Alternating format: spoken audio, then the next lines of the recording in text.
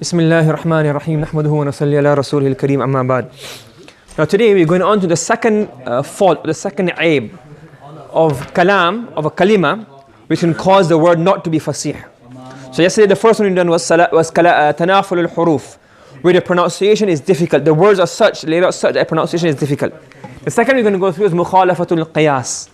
As I said to you before, مخالفة القياس. قياس doesn't mean a fiqh qiyas. It means here rules of sarf, and that's why we translate it as violation of morphological system. Meaning the rules of morphology, the rules of sarf, something is violated in that.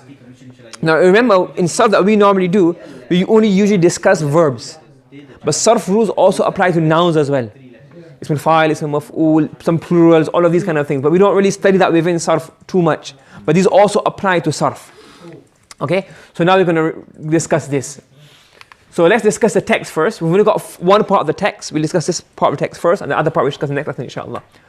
Now he's discussing ومخالفة القياس. So ومخالفة القياس is mubtada, and كان يكون كون is masdar. So it's masdar of kana, and kana is what فعل ناقص. So even the masdar of the فعل ناقص will have the same amal. The ism will come as a mudaf ilayh, but it will be the ism, and the khabar will come as a mansub. So كون الكلمة. So it's majrur because of mudaf ilayh, but it's the ism of kana. And غير جارية على القانون الصرفي كجمع بوق على بوقات. And مخالفة القياس, meaning going against the rules of morphology, is, or مخالفة القياس is a word كون being غير جارية, a not flowing, meaning against or going against. So مخالفة القياس is a word going against the rules of sarf. Literally, is a word not flowing on the rules of sarf. But we'll translate it as what? مخالفة القياس, or breaking the rules of morphology, means that it means a word not following the rules of sarf. You following? You understand the translation? And it gives an example. Ka, like جمع بوق. Like making the word buq, or making the jam', making the plural of the word buq on the pattern of bوقات. Okay? Making the word buqun plural like bوقات. So I'll explain that in the poem, inshallah. Okay? And he said that في قول المتنبي. So first of all, before we get into this poem, who is Mutanabbi? Mutanabbi, his name is Abu Tayyib Ahmad al-Hussein. Now obviously he's a very, very great Arabic adib. Scholar meaning a very great Arabic poet, sha'ir. And Mutanabbi really means the one who pretends to be a prophet. Naba'un azim, great news. And Nabi is called Nabi because he gives information about the great news, meaning of the unseen. And Mutanabbi is babi tafa'ul, and the specialty of babi tafa'ul is takalluf, pretend to. Marida, he's sick. Tamarrada, he pretends to be sick. So tanabba'a means to pretend to be a Nabi. So he got so carried away in his political movements that he also claimed Nabuwa. That's why he's known as Abu Tayyib al-Mutanabbi. And his works are studied in universities in Madaris because he's very, very eloquent in his poetry. Okay? Now what he says in this poem, he says, فَإِنْ يَكُ. فَإِنْ, what's in here? Harfu shart.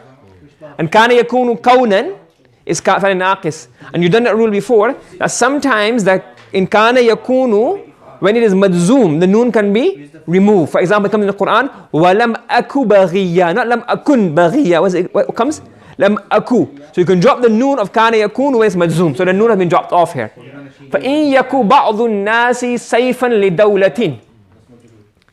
So this is a shart. This is harfu shart, this is a shart, and this is jawabu shart. And because jawabu shart is not mudari, what happens? You have to put a fa.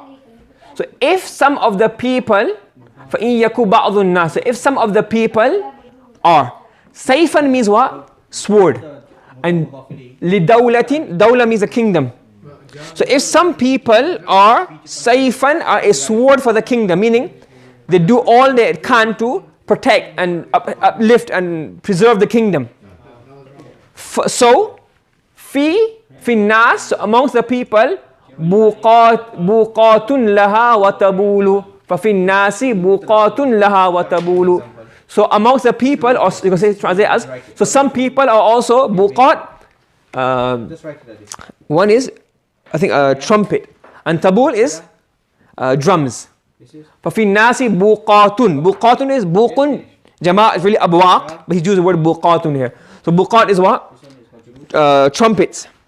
And طبول is what? You know, you get drums. Do you understand the point? Basically trying to say that some people do all the action, they are sword. And some people are just trumpet, lots of noise but no action. Some people are just drums and trumpets, make lots of noise and no action. Now here he's done a very interesting san'ah of balagha. What he's done here, Sayf al-Dawla has two meanings here. Well, it has one meaning, but he's kind of done he's playing with the word, he's done a word game here. Because Sayfan li-Dawla. So what happened really is there was actually a person called Ali ibn Abil Hayja. And he was actually, his title was Sayf al-Dawla. His title is Sayf al-Dawla, he's known as Sayf al-Dawla. So he's taking his name and use it literally. Do you understand? So if some people are a sword for the Dawla, and you can also translate, some people are Sayf al-Dawla, meaning his name, his laqab, his title. Do you understand? And Abu Mutanabbi used to praise him so much. If you read the Diwan of Mutanabbi, you'll find there's so much exaggeration in his praise for him. Bouqat is a trumpet basically, you call it English trumpet. It's basically, you know what trumpet is, it's hollow and it makes noise. And Tubul is single as tabl and the plural is Tubul or Atbal. And basically it's a drum. You get a piece of wood, you stretch some skin over it, and you hit it and it makes noise. Right? So you understand the point? Okay? So again, فَإِن يَكُ بَعْضُ النَّاسِ سَيْفًا لِدَوْلَةٍ فَفِي النَّاسِ بُوقَاتٌ لَهَا وَطُبُولُ. If some people are a sword for the kingdom, then some people are merely trumpets and drums. Now what's he saying here? He's saying here that the problem in this poem is بوقات. إذا القياس, إذا is مضاف and القياس is مضاف إليه, and this is a ta'lil. So since, the qiyas, meaning the rule of sarf is, the rule of sarf in regards to the making, since the rule of making jam'uhu, of making buqun, jum'ah al-qilla is abwaq. Basically the rule is that buqat you cannot have used the word buqat, because buqat is jam'u salim. Jam'a muannas salim, isn't it? The jam'a muannas salim has fixed rules. There are 10 patterns or 10 types of words that can have jam'u salim. And buqat is not one of them. Buq is not one of them. What are these 10 words? For example, you have a muannas name, Fatima. So you, if for example, you got loads of Fatima in a room, what can you say? Al-Fatimat. Zainabat. Okay? The next one is, if it's a normal word, it has a ta marbuta at the end. Shajarat, sayyarat, hafilat, sayyi'at, hasanat. If a word is a sifa, not a noun, it's a sifa. Like murdi'atun become murdi'at. Okay? Another one is if you have a non-human plural. Sorry, you have a ghair aqil. You're describing it. So jibalun. Is that a human being? So it's not aqil, is it? So you can say jibalun, shahiqat, shamikhat. Okay? Next, if you got masdar, which is more than thulathi, for ikram. So masdar of ikram is what? If you use ikram as a noun, like ta'lim. Ta'lim means ta'allama yu'allimu ta'liman means to teach, and ta'lim also means education. And ta'limat, teachings. So that can also come on this pattern of jama' mu'annas. You can also have, for example, if you make a tasghir of mudhakkar that is not aqil. For example, dirhamun. So darahim. The plural of dirham is what? Darahim. You want to make the tasghir of darahim, you say durayhimat. Durayhimat. So that can also come in the atun pattern. This is all in Jami' Durus Arabiya of Shaykh Al-Khaylani rahimahullah. So you can check in there if you want to, under the plurals. The seventh type is, you got a word that ends in alif mamduda, sahra, you can say sahrawat. A word that ends in alif maqsura, dhikra, memories. So dhikrayat, memories. Now this is quite complicated. Sometimes what the Arabs do, they have called alamul jins. They name things. For example, you would name, like for example, certain animals, they have a name for them. For example, you say ibnu awa. So you can say the plural of that is what? Banat awa. I think some kind of one of those like dog-like animals. Can't remember exactly. You can see in Qalila and Dimna it's mentioned quite often. Okay? Dhil qa'da, if you have many dhil qa'da, it says dhawatul qa'da. And the last one is, if there's a non-Arabic word used in Arabic, you want to make the plural, like telegraph, telephone. So obviously it won't fit on the normal Arabic patterns with it. It's telegraphat, telephonat. If you look at all 10 of these, bukhun doesn't fit in any of these. So bukhun cannot be what? بوقات. So making the plural of بوقات, making بوق a plural by saying بوقات is what?